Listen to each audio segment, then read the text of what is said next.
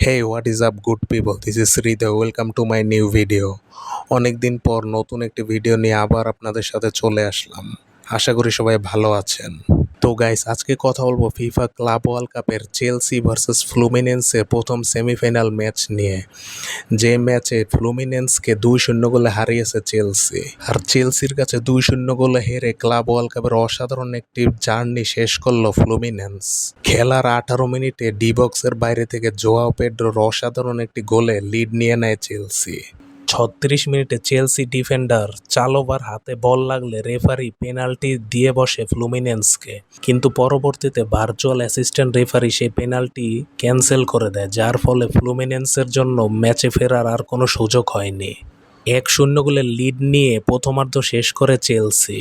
এরপরে খেলার 56 মিনিটে এনজো ফার্নান্দেসের অ্যাসিস্ট থেকে নিজের দ্বিতীয় গোলটি করে ফেলে জোয়াও পেড্রো, যার ফলে 2-0 গোলের লিড পেয়ে যায় চেলসি। খেলার বাকি সময় ফ্লুমিনেন্স কোনো গোল করতে না পারায় 2-0 গোলের জয় নিয়ে মাঠ ছাড়ে চেলসি। আর এই জয়ের মাধ্যমে ফিফা ক্লাব ওয়ার্ল্ড কাপের ফাইনাল নিশ্চিত করলো চেলসি। গাইস, এবার কথা বলবো দ্বিতীয় সেমিফাইনাল নিয়ে।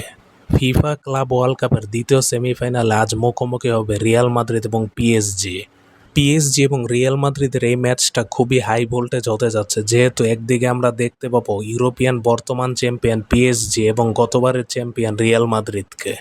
আর একটি ইন্টারেস্টিং বিষয়, কিলিয়ান এমবাপ্পে, যে কিনা বর্তমানে রিয়াল মাদ্রিদের প্লেয়ার, সে খেলতে নামবে তার সাবেক ক্লাব পিএসজির এগেনস্টে। এই দুই দলের রিসেন্ট পারফরমেন্সের কথা যদি বলতে যাই, অবশ্যই আমি পিএসজিকে এগিয়ে রাখবো, যেহেতু পিএসজি বর্তমান ইউরোপিয়ান চ্যাম্পিয়ন।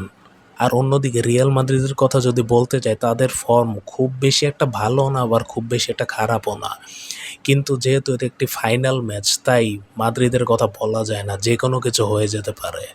আগের ম্যাচে লাল কার্ড দেখার কারণে এই ম্যাচ খেলতে পারবে না পিএসজি ডিফেন্ডার লুকাস হার্নান্দেস এবং পাচো। একই কারণে এই ম্যাচ মিস করতে যাচ্ছে রিয়াল ডিফেন্ডার হুইসেন। তো সবকিছু মিলিয়ে আশা করি ফুটবল বিশ্ব আজ অসাধারণ একটি ম্যাচ দেখতে যাচ্ছে। দেখা যাক ম্যাচের ফলাফল কি দাঁড়ায়। তো গাইস, এই ছিল আজকের ফুটবল আপডেট ভিডিও। আশা করি আপনাদের ভালো লেগেছে। নেক্সট কোনো ভিডিওতে আবার আপনাদের সাথে দেখা হবে ইনশাল্লাহ।